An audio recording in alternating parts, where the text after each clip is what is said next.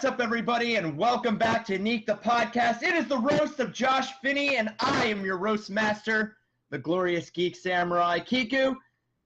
Along with me, as always, is Raymond, Galley, Hawkmoon, Cheek Squeak, Mini Nuke, Fat Man. I messed it up already. God forsake me. Jethro Tull, Gilligan, Arthur the Fourth, Williams. You definitely ruined it there. Definitely. I did ruin it. We're gonna have to take the name back to the board, and we're gonna have to redact and add some, just so you know.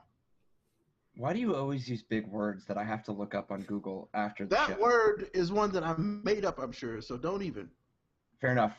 There's probably a dinosaur back in the day called the Redactical. I would hope so. Redactosaurus. Okay, fair enough. And, of course, our guest of honor, the Demon Sour Cream himself, the man who is looking like Grizzly Adams in a Seahawks jersey, Josh Finney. What's going on, Josh? Oh, nothing much. The beard is going bye-bye, actually, immediately after the broadcast, so savor it one last time. Okay, you kind of look like... My hair is also going bye-bye tomorrow morning, so... You kind of look like the Imagineer from American Dad. I have no idea what that is because I've never watched that show. It's the guy that he used to work for Disney, and he's married to the Jewish lady, and he built that crazy fortress in the fort. Nobody knows what the hell I'm talking about. Do we ever?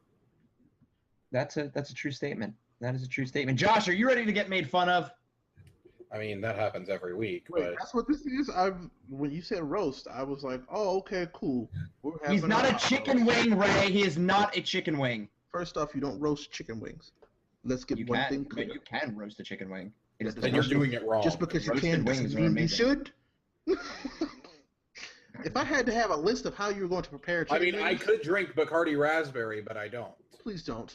Don't do that. I'm sure you'll die of some very strange incident. It'll be a combination of alcoholism and diabetes. Ew. Diabetes. You get that from Ocean Spray. Ew. Can you taste the ocean? But they prepare those. Oh, let's taste the rainbow. Never mind. I just combined Ocean Spray and Skittles. You know, that should happen now. They should team up. And we get Ocean Spray flavors. God, we are the fattest bastards online. We're oh my God.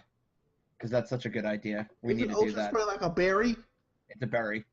There are many berries of the ocean, of the spray of the ocean. As a kid, I always wanted to be in the Ocean Spray commercials because you got to stand in the sea of cranberries. The pomegranates of the sea. I wanted to be the guy in the overalls holding the bottle, explaining to the old guy that he's an idiot. I mean, I always wanted to Even as a child, I was doing that to people. I wanted to be in the Baked Bean commercial because Josh, I mean, basically, without the overalls and the raspberry ocean stuff, you are the guy telling all the old people that they're stupid on this show. You know what? Can we get into the news? Fair enough. Spider-Man Homecoming news, as leaked set photos show off Bokeem Woodbine as the Shocker, the villain of the Spider-Man comic books, and not the strange and unusual sexual move that Josh joked around about in high school. Looking like a serial killer that takes raincoats and storms a little too seriously, the photos show an underdeveloped outfit going with the idea that this portion of the MCU is still young. I like it. I dig it. So yeah, I don't normally look at that stuff, but of course it was thrusted upon me, like most leaks are now through the internet. And I was like a pelvis? No, pelvis is allowed. And yeah, I don't mind it, because I mean, when we think of Spider-Man, Spider-Man's been around forever, and those characters, they have been kind of set in stone forever. And now they're actually making decent changes to them. Rest in peace, Jamie Foxx Electro. And I'm excited. Yeah, like I said, I'm not a fan necessarily of the look, but I like the direction that this would mean for the rest of the movie. Mm-hmm. It keeps in line with the idea that Spider-Man is still developing. We saw his very, very amateur suit in Civil War before he got his proper debut in costume from Tony Stark. I like the idea that his villains are just starting out, and that would leave room for the Vulture to be the big technological bad of the film. And then when they inevitably do the sequel, okay, the villains have now progressed too. We could see a Dr. Octopus. It would be much more feasible. We could see a Green Goblin eventually. I like all of that. I think it sets an interesting precedent, and it's almost like taking the Netflix shows and putting them on TV, but family friendly. That's what I thought of is the Daredevil outfit from season 1, just how crude it was. Right. The vigilante outfit, really. And then, you know, how Jessica Jones and Luke Cage don't really have any, how the Punisher's was just wearing military garb before he got his real costume at the end, really. And then Elektra's was really simple too. So I like it. It keeps in tone with the origins. Okay, I don't like it, and let me tell you why. Because you're a jerk who doesn't like good things. I'm roasting you now, sir. Oh, the tables have been turned. First off, no. Secondly, there's no fishnet look to it, and I feel that the Shocker needs to have a fishnet look to him. Kind of like when Josh goes clubbing and he wears that fishnet shirt, that black one, and his pierced nipples are showing through. Okay, first off, I have never been clubbing in my life. Have you seen how white I am? Number two. You can go to a European club. No, I can't. Have you seen how I act when that kind of music comes on? Yes, no, actually, I have a demonstration. Kiku, I have seen it.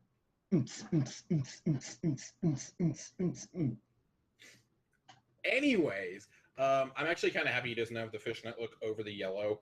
I always found the Shocker to be one of the more goofy-looking villains that Marvel had. You need fishnets if you have the Shocker. He looks like the scrubby I use in the sink to clean my dishes with. You use a fishnet in the... How do you clean dishes? The sponges that have the mesh around them. Okay, you fishmonger. Do you go to like some weird sexually erotic shop and go, I need sponges? Yes, those will do. Yes, Target sells erotic sponges. I've never seen that section before. Is that the Beyond section of Bed Bath & Beyond? Probably. Star Trek celebrated its 50th birthday this week, and no, Josh, I wasn't alive when the show first aired. In celebration of this... I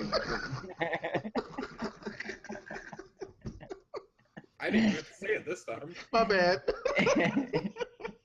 In celebration of the series' 50th, Facebook changed its reaction buttons to imitate famous Star Trek icons, like changing the love reaction to Spock's "Live Long and Prosper" hand sign.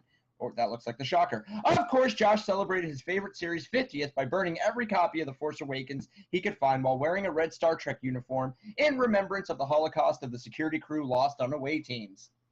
Take that back, goddammit. Rip in peace. So I will tell you about these reaction buttons. When I saw them, the first thing I saw was that, okay, first the little like laughing man had hair all of a sudden. I'm like, what the hell? Why has he got hair? That's dumb. And then I saw that the black man was crying. I'm like, why the black man crying? What happened to him? And then I was like, oh, this is about Star Trek. I get it. Thanks, Facebook. Yeah, it threw me off too. I didn't really like it, and I really hope it doesn't set a precedent going forward. Oh, you know it is. I mean, yeah. I mean, I enjoy on Twitter, like now that when certain things get hashtagged, there's an emoticon that appears next to it. I like that, but it's not abrasive. This was just annoying. Okay, so really the Live Long and Prosper hand does kind of look like the Shocker, and I find it hilarious that that's the love reaction. That's true. Yeah. So I was loving a lot of people's statuses. Mm-hmm. Mm-hmm. Mm-hmm. You have so much love to give. Mm-hmm. I had so much love to give. Star Trek, though, 50 years. It's amazing. Yeah, like that's like, oh my goodness. Time is passing and it won't stop. Nope. Yeah, 50 years there, and then next May is 40 years since the original Star Wars. Oh my. That wouldn't that Star Trek, it doesn't surprise me, but just how far TV and film really came in that 10 years, it's like, holy crap. Right. Yeah. I think Star Trek's 50th should have been, it almost felt like it wasn't that big of a deal, but I kind of feel like it should have been a bigger deal, at least for what it was doing in the original series and even in Next Generation, how it did push social causes, political causes, and things like that. It just kind of felt like, oh, cool, we get these new reaction buttons, and Hulu's going to have every episode ever. I don't know. Felt like it should have been a little bit bigger. It definitely should have been bigger. And I really hate that Star Trek Beyond really underperformed because I did sincerely enjoy it. It wasn't my it's not my favorite of the 3 new ones, but it was still a very solid, very fun film. I think that kind of attributes to it because that was supposed to be like the big celebration. Right. But even before Anton Yelchin's death, it wasn't being promoted. The first trailer was so polarizing and turned so many people off to it. And so the second one was a completely different in tone. And then the movie ended up being a mashup of the two, which was kind of fun. And the song Sabotage was used really, really well in the context of the film. But I don't know, Star Trek, it just, the 15th anniversary not being a big deal kind of signifies the fizzling out of this franchise. Had we not had the new movies, I don't even know if it would have been acknowledged, truthfully. I'm kind of hoping that they eventually go back to old Star Trek, and not in TV form. I hope it does, in film, become a more serious thing. Yeah. Because it's not about action. It's about exploration, not only of the universe, but of oneself. Mm-hmm. Right, absolutely. And I mean, when the Star Trek remake was made in 2009, it was because J.J. Abrams wanted to make a film for Star Trek fans or to get them interested in it, like Star Wars has always been. Right. Star Wars has never really, it waned a little bit in popularity in the late 80s, early 90s, but then that's when we saw the explosion of the books. Star Trek tried to copy that. Shatner tried writing them. None of those ever took off. The games have never taken off. But Star Wars has remained relevant because it was always fun. Star Trek, a lot of the times, like, yes, I know we started out on good cause, but after Wrath of Khan, the original series just, boom, it was done. I kind of feel like Star Trek has always had a bit of its original series camp attached to it.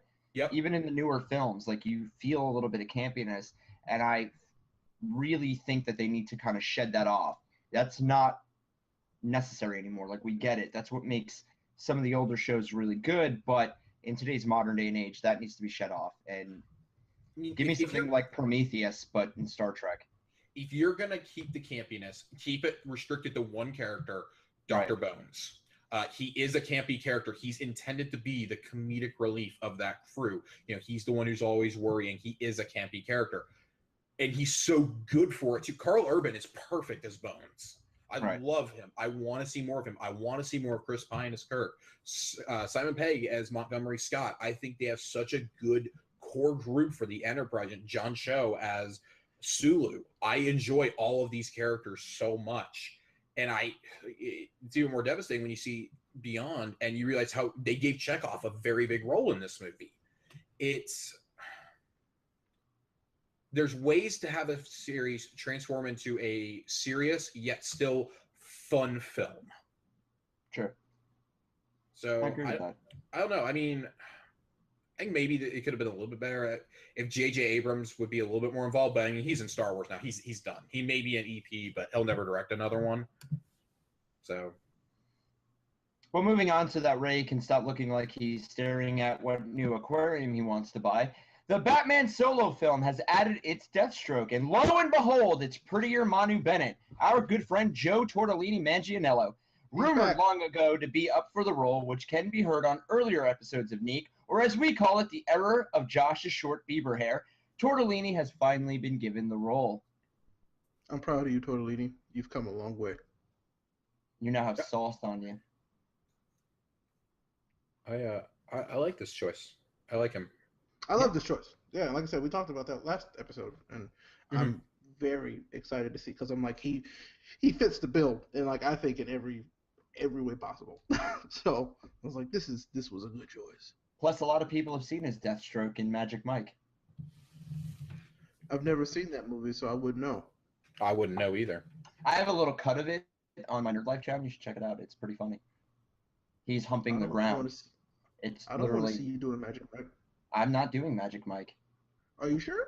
I'm positive. There is too much hair on my body for me to be anywhere Magic or Mike. If it was Werewolf Mike, I could probably do it. Sequel. Confirmed he's going to do a Twilight spinoff. Yep. It's possible. It is possible.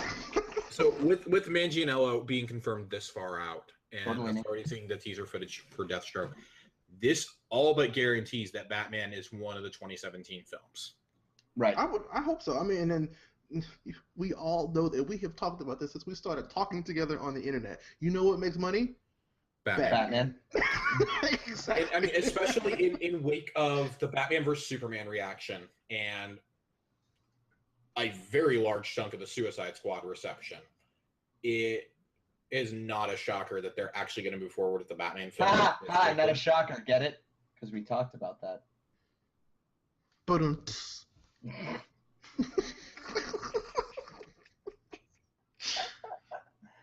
you're welcome. Anyways, that's not shocking. We knew they were going to do it. We just didn't know how fast. I would be willing to bet that it's going to swap places with. I think The Flash was supposed to be in the spring of 2017, or not 2018. I think it swaps places with that, and it comes out in that lucrative March space. Right. And they just push.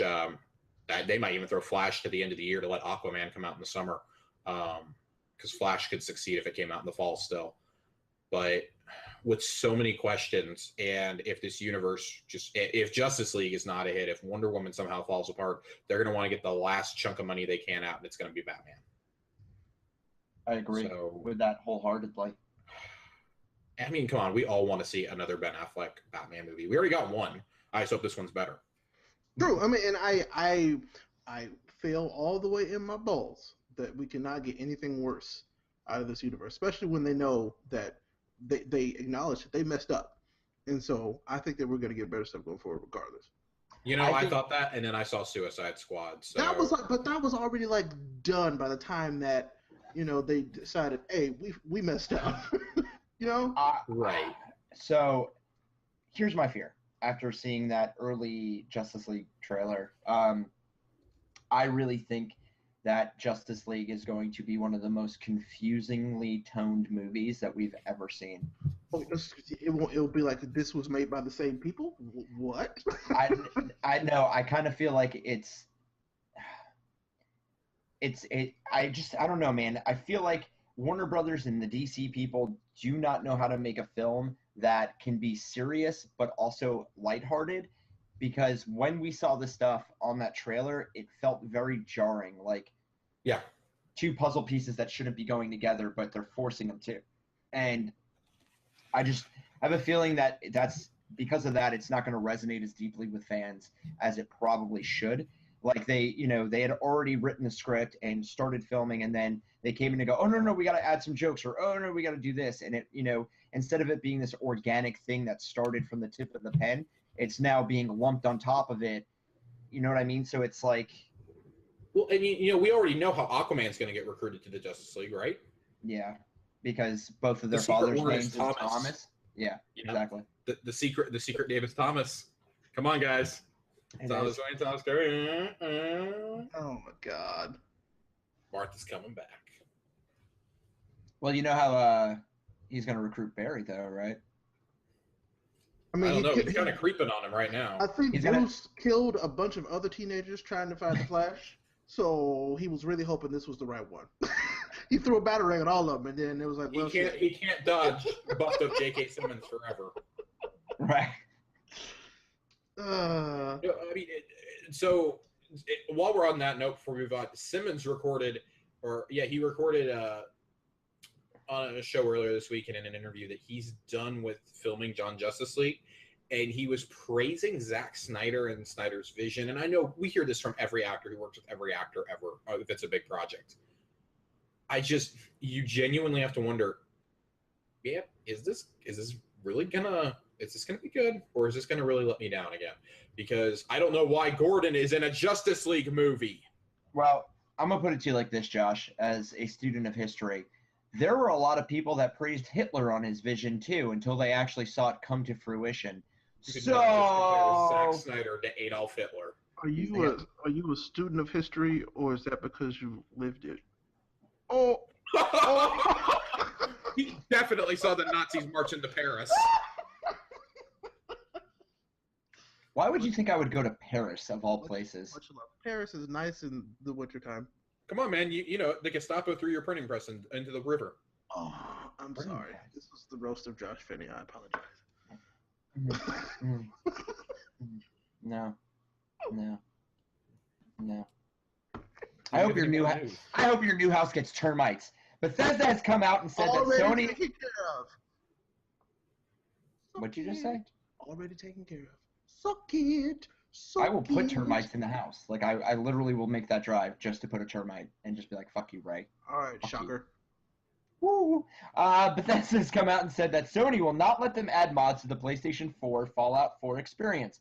Stating that Sony would not let them add the mods in the way they want, Bethesda did not add any other explanation as to why they weren't coming to the Sony version, even though Xbox has had their mods for a long time.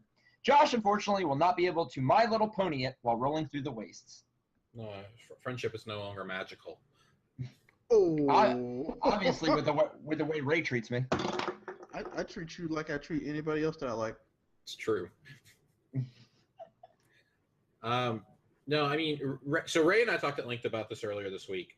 We were texting back and forth when it came out, and it's just it's not that big of a deal unless you only have one console. Mm-hmm.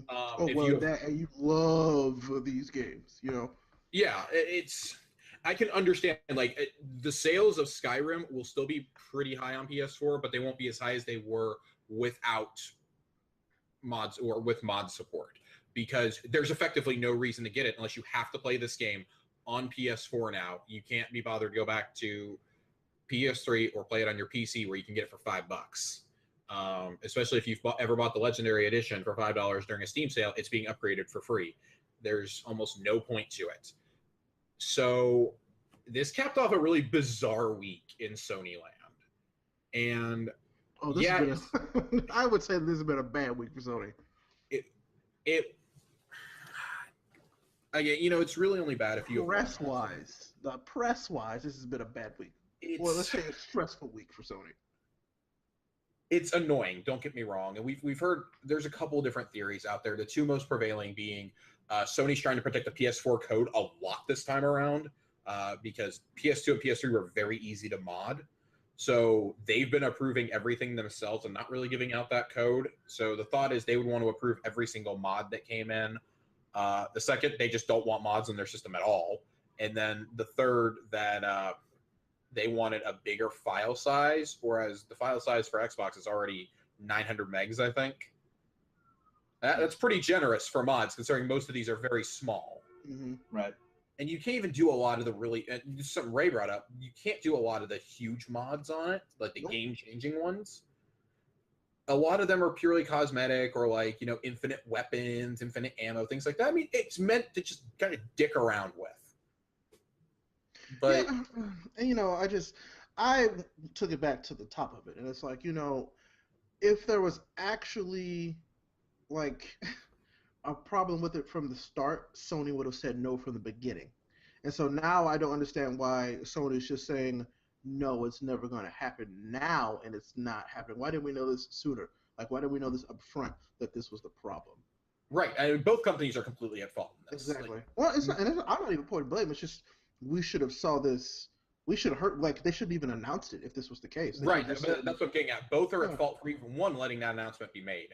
Two, for not being, once they started realizing there was a problem, not saying there was a problem and just dancing around it. Because Sony stayed mum, and Bethesda was just saying, we're trying to work on it. Neither of those were helpful answers. Mm-hmm. Just tell us when you first found out it's not going to work, and the end. I don't agree with people saying, I want a refund on Fallout 4 now. Like, no, you've enjoyed it for close to a year. Sorry. Mm-hmm. You don't get a refund now. Nope. And it's just... Oh, good old entitled gamers. You didn't even know that they were planning on bringing mods to this game until after they announced it. So, right. I mean, I just don't... I don't understand the gaming community. I don't understand the press most times, honestly, because it's just...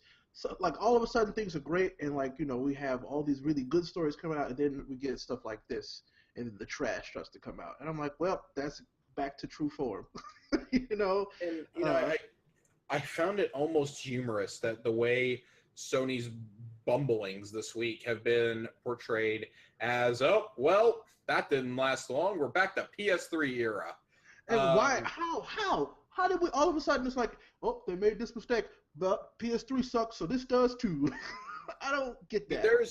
I don't necessarily agree with some of the decisions that have been made this week, but my God.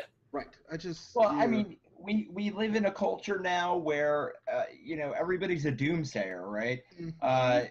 They want everything to be on the edge of some sort of catastrophic failure, and as Right. soon as there's a little slip off, it's like, well, shove it off the edge. Fuck it. Oh, Fuck it. I Fuck it. Fuck it. can't. Not to bring this up in the middle of this conversation, but I can't wait for the NX to come out and be like, "Oh, Nintendo's doomed. It sucks." Da da da da. And it's been, "Oh, Nintendo, they haven't said anything. Nintendo's doomed. That's broken." Da da da. I'm like, "You damned if you do. You damned if you don't." I Pretty mean, much. Right. it's just the situation for all of us. Well, at I this think all three of us, once we Yeah. started the show, realized that when it comes to gaming or really anything in the entertainment industry, you cannot make everybody happy Oh, no. ever. Yeah, and I would say that's with anything, but more specifically with like entertainment mediums. Yeah. Yeah.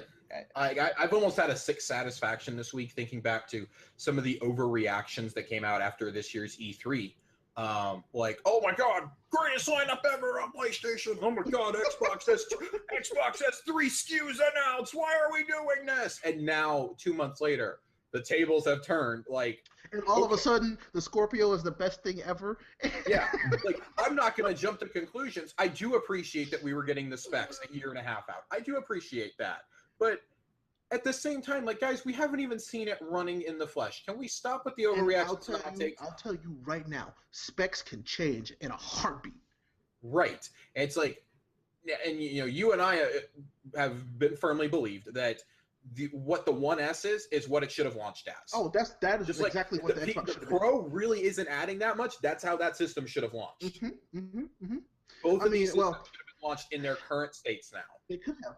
They totally could have. And I'm like, yeah, this is also them trying to get more money. I don't know how the manufacturing process works. I don't know if this is saving them money or what. But yeah, we should have got these boxes up front, I think. Because then people wouldn't be as upset. But like I said, it goes back to you can't please everybody. I'm not mad that any of these things are coming out. I'm actually excited because I love new technology. I love new hardware. Brian Altano said it the best. I'm ordering an iPhone 7 and a PS4 Pro because I love buying better versions of things I already love. Exactly. So it's like, yeah, you can be upset about it if you want, but there's no reason for you to be mad. The box that you have may be devalued market-wise, but it's not devalued with the time that you spend with it. I'll tell you that right now. No, and I mean, we talked about this also. We were talking a lot about these two consoles, and one of the things I really appreciate that Sony's doing is they're updating every PS4 with firmware to support HDR, which is. To me, is still kind of like mind-boggling, So that you can do that over the internet. Mm-hmm. You're basically unlocking that last core that they had, and I really like that. I enjoy that. It's not going to be super noticeable unless you have a 4K monitor or TV, right? But it's still cool to know that it's there. And when I heard that, along with no 4K Blu-ray for the PS4 Pro, because that's still a big deal to me. It's like, well, I'm pretty confident in my decision that I can keep my regular PS4, and then if I happen to see a PS4 Pro on sale, like next Black Friday, I'll get it then. But I don't feel like this was a device I had to get now. We had this discussion. My NX money, had they announced something just game-changing, I would have gone and bought it day one. And I think that's the thing. You don't have to run out and buy this day one, right? Because it's not a necessary upgrade. It's almost a cosmetic upgrade. Like if you want prettier stuff that runs better, this is for you. Like this is for the purists. Like, and these are people who want the best experience on the best hardware that they like on the platform that they like. Exactly. That's what Scorpio is going to be too. That's exactly what it is. It's like this isn't meant to they don't have to replace each other. It's a competition for a reason, and they all do. I'm glad that they will all be doing something different, because then I have these 3 separate boxes for a reason. We discussed you really like your 1S. Oh yeah, I love my 1S.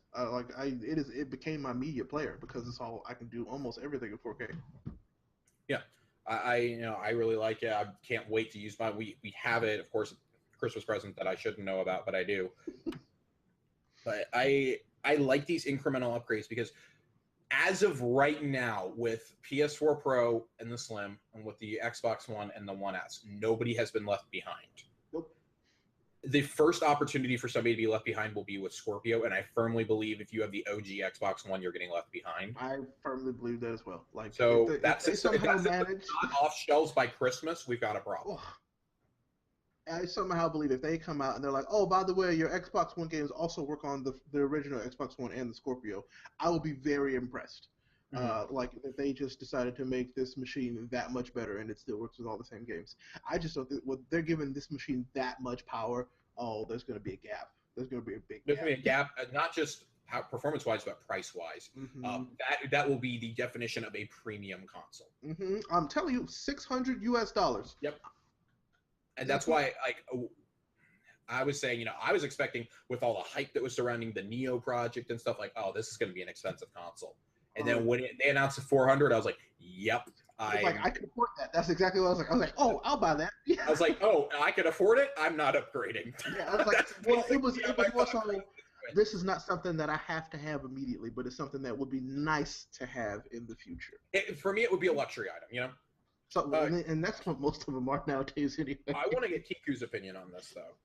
Sure. I want to know what he thinks. As someone who started out on Xbox, went to PS4, what do you think of the different consoles and their announcements? So you know what? I'm gonna play Old Man Kiku for this one. How about that? Isn't that the one you God, always he's bringing play? out a TurboGrafx 16 story. Atari 2600. Josh, there's gonna come a day where I will see you again in person, and on that day, I'm going to set you on fucking fire. Wait, is that the sexual thing? I'd like the court stenographer to enter this into the record that he just said this.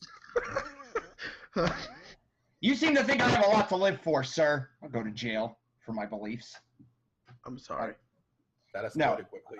Yeah, it always does. So I'm gonna put it to you like this, right? Josh, you might be a little too young to remember, this, but I remember getting the original PlayStation, right? Brand new, within its first year or two of launch, and going to the PlayStation 2 and just being amazed. And I remember getting to the end of the life cycle of the PlayStation 2 and going to an Xbox and being even more amazed. And then getting a 360 and being super amazed. And then getting a PS3 and being like, I don't know. And then getting an Xbox One and being like, it's an Xbox, it's cool.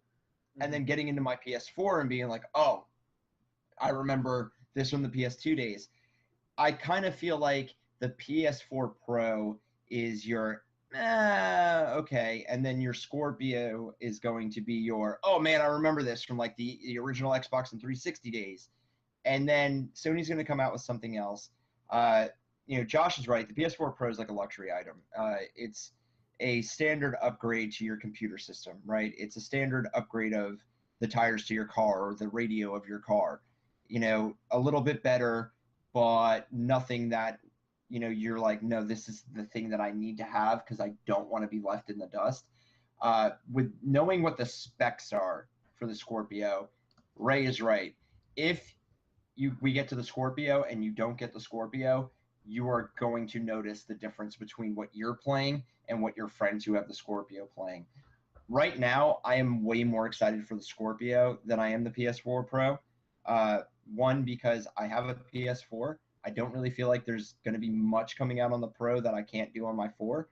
And I don't, right now, as you guys know, I don't have a Microsoft box represented in my house. So instead of getting the S, I'm just going to wait for the Scorpio to come out and jam that, because to me, that's the next jump in technology for these systems.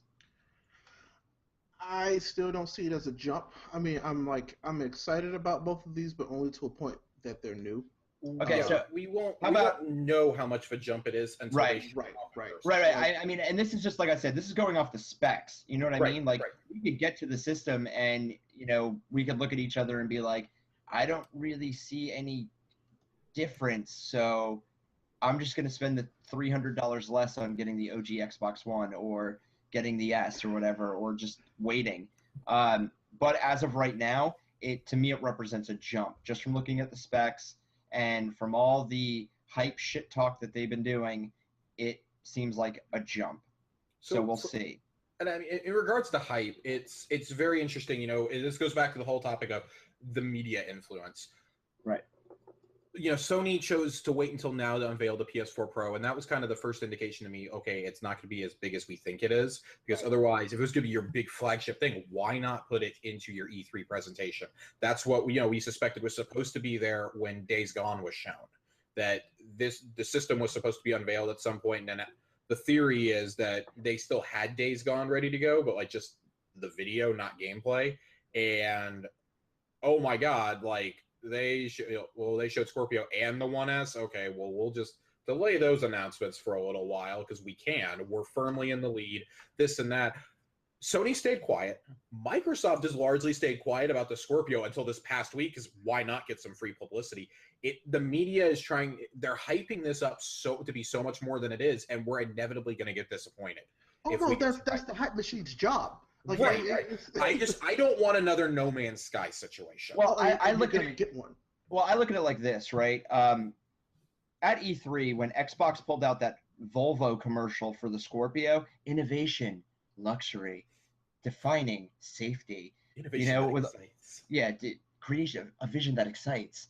Things that make my nipples hard. I feel like I was watching a fucking Apple commercial. Exactly, like it's a Volvo commercial. It wasn't as good.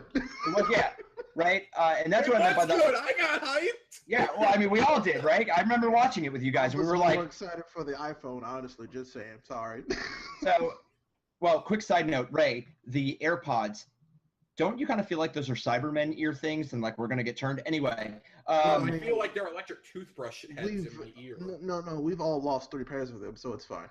That's fair enough.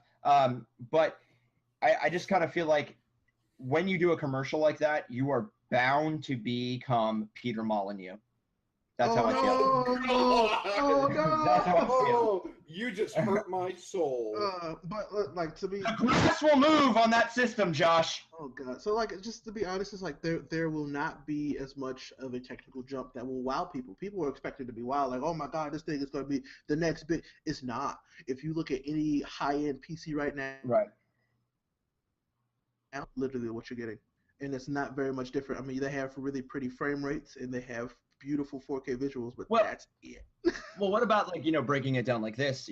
There is a division between people like us who pay attention to these things and then your general consumer. General consumer might see the difference. Mom buying a new system for her child, at Christmas isn't going to know the difference. You know what I mean? Most moms are not going to go buy a $600 machine for their kid. I mean, and that's why you need to come to where I live, because that's not true. I mean, like when you have a $600 system and you have a $300 system that does the exact same thing. Yeah, but that's where the salesmen come in, and they're like, oh well, this one has like 90 cores, that one only has 45. That means nothing to them, and they don't even have a 4K TV. Yeah, but that's what I'm saying is it's the hype machine. You know what I mean? This is all part of the hype machine. And I mean, the 1S will likely drop in price by next fall. Even if it's just $50, it probably will.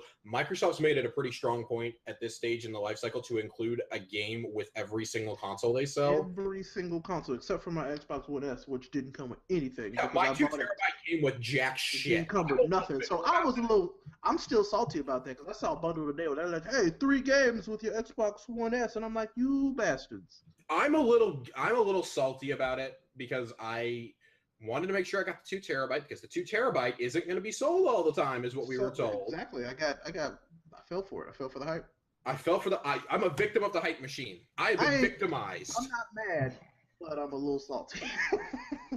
I'm salty because they just said that the 1 terabyte bundle that has Madden is no longer going to exist in October, and it's going to be Battlefield 1. That's okay. And 1 terabyte is not worth it. No, it's not. And then their 500 gig system is going to be the 500 gig system, aka the Kitty system, is coming with like Minecraft and all the packs and stuff. So like, okay, that's cool if you have kids or like you want to get one for the bedroom or something. Like, yeah, I've said it before on the show. Chelsea and I we're planning to get Scorpio next year. As of right now, we want to get Scorpio. If we don't see a huge jump in performance, though, I'm going to say bye, Felicia, to that, and I'm going to go buy me a 500 gig 1S. And... Au revoir, that's Felicia's. So, I mean, my plan is I'm going to wait for Scorpio to come out, and I'm going to look at it and be like, is it worth me spending this much money on a Scorpio, or do I just finally go ahead and buy that PC? If we do not see it in action at next E3, I will be immensely concerned for it. Yes. Because at that point, you've had the hype machine going for an entire year. There is no excuse to not have it in the flesh at E3. Nintendo. There better be a guy standing next to it who every 15 minutes goes, Nintendo didn't innovation. go and make an Audi commercial for their system. This is 100% true. But that's what I'm saying. Get Like Todd Howard on there to say, we can do things on Scorpio that we never thought. Well, that's what I'm saying is next E3, even if it's in the flesh, Todd Howard needs to be there, hand on the console, and every 15 minutes, doesn't matter who's speaking, he needs to just go, innovation. See, now, Vision. we've been bringing up innovation. You gentlemen have seen The Office, I'm presuming. Yeah, that's The Office is trying to lose weight, and Michael Scott wears the sumo suit. Oh, Yes. Body image. Body image. That's all I keep thinking about every single time. Body image. What was it? What was the name of that character that the Michael fat Michael Plump. Scott? Michael Plump. That's what it was. Michael Klum. Oh, I sit on you. I sit on you. Scorpio's going to sit on the PS4 Pro, confirmed. So it's gonna look. So then what does that make Scorpio? Is Scorpio like the KFC bucket of chicken, and the PS4 Pro is Jimmy John's? But those are both. Well, I would flip It flop. looks like a sandwich. It does. There's three layers. It no longer looks like PB&J. There's some meat in the middle now. I like sandwiches, especially sandwiches with meat in the middle. So I bet you do. Jimmy John's or Subway? Or Quiznos. Are you a Quiznos guy? How You are. How dare aren't you? you? How dare you? You're one of those dudes who's like, I need fucking oregano on everything I eat. I loved Quiznos. What? What? No. You know, the first two times I ate at Quiznos, I remember walking up and going, yeah, I want the sandwich. And then the third time I went in, I was like, dude, I'm half Italian and I don't even want oregano on everything. So I looked at the girl, I was like, hey, can you not put oregano on it? And she looked at me like I asked her if she had ever seen me naked. She was just like, A lot of people have seen that, though. Yeah, I know, which was surprising that she looked at me like that. So she, she's like, you don't want oregano? Like I was speaking Greek to her and I was like, no, I just don't want it. She's like, but all of our sandwiches have oregano on them. That's our thing. And I was like, it's a damn sandwich. It's not a car or an airplane. It's okay. You can leave it off. And she got like really upset, like frazzled that I didn't want oregano on the sandwich. So are you a Subway or a Jimmy John's man? Me? Yes. Jimmy John's. Okay, we're settling this right now. Ray, Subway or Jimmy John's? Jimmy John's. Jimmy John's. I like Jimmy John's. It's freaky fast, freaky good. It delivers to my apartment. It's nice. It's dangerous. How much Jimmy John's do you eat if you're like, it's freaky fast, freaky good? Do you have the bag memorized? Tagline. You have the bag memorized. Like, that shit shows up, and Josh is like, you don't even need to read me my Okay, order. so in That's Dallas, marketing. Texas, I'm going to break this down to y'all. In Dallas, Texas, those commercials air after every single song break. Every single one. I hear that stupid guy talk really, really fast, and it's really annoying. Can confirm, don't have real TV, so don't know what you're talking about. No, this is on the radio every single day. Can confirm, don't listen to radio. I don't either. Anyways, Jimmy John's is freaky fast, freaky good. And if you like Subway over that, I don't think we can be friends. I mean, we can still be friends. I'll just judge you when you talk about sandwiches. I don't know. After the whole Jared incident, Subway tastes like shame to me. Anyway, end the show. The show is over. Everybody go home. Time for this. Everybody go home. The show is over. Bye. all right, guys, wrapping it up. Shout-outs for the week. Ray, what shout-outs do you have? Oh, I would say I would be shouting out Nintendo if they announced the NX. Oh, wait. But we think it's happening this week. Ray and I are very firm believers in that. I have good information that it might not even be this month. No! I just want to let you know that Ray's information is usually pretty solid, considering when the rumor for Final Fantasy 15's delay came out, Ray managed to wiggle some secret information my way, which we won't say what it was or where it was from, that it was actually being delayed. Mm-hmm. Before the announcement was official announcement was made. If I am wrong, I am nowhere near mad, but I'm just saying. Yeah. So yeah, thanks Nintendo. Yeah. Anyway, shout out to you guys. It's good to be back together again. Um, what do we call this? Is this season 2 or like season 3? This is like season 3. Yeah. Yeah. Yeah. Yeah. Josh, shout outs for the week. Oh God, shoutouts for the week. Yeah.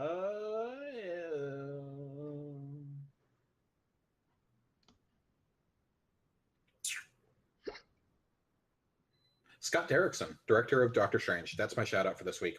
I really enjoy following Scott on Twitter because he's, aside from James Gunn, possibly the most real person that I follow. He's very blunt in his opinions, and I especially loved his tweet yesterday.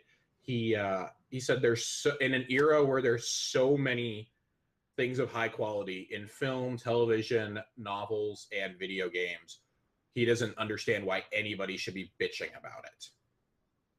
Don't bitch about quality. There's so much good stuff you'll never even consume. So consume what you want to, enjoy what you want to, because everything is like almost everything is high quality now, you know? So I guess that's my shout out for this week. Okay. I really like keeping it real. I had Goldschlager once. I know exactly what that means. You what? Goldschlager? Yep. It's okay, Josh. Okay. It's okay. I got 2 shout outs.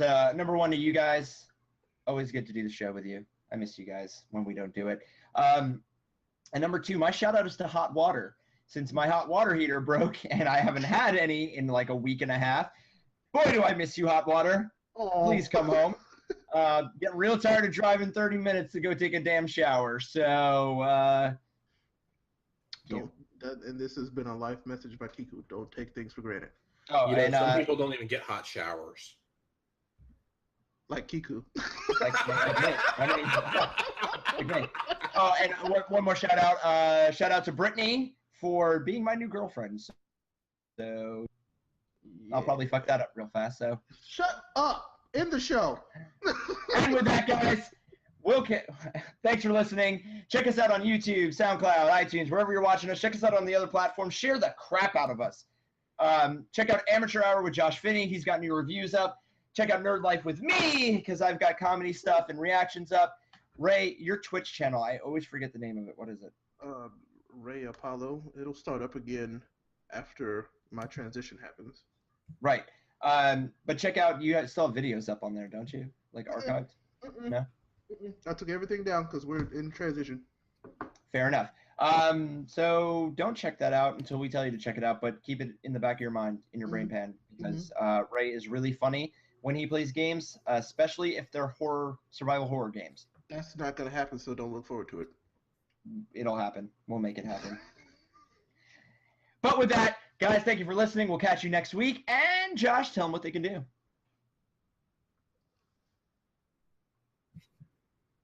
Or just stay silent, you sack of shit.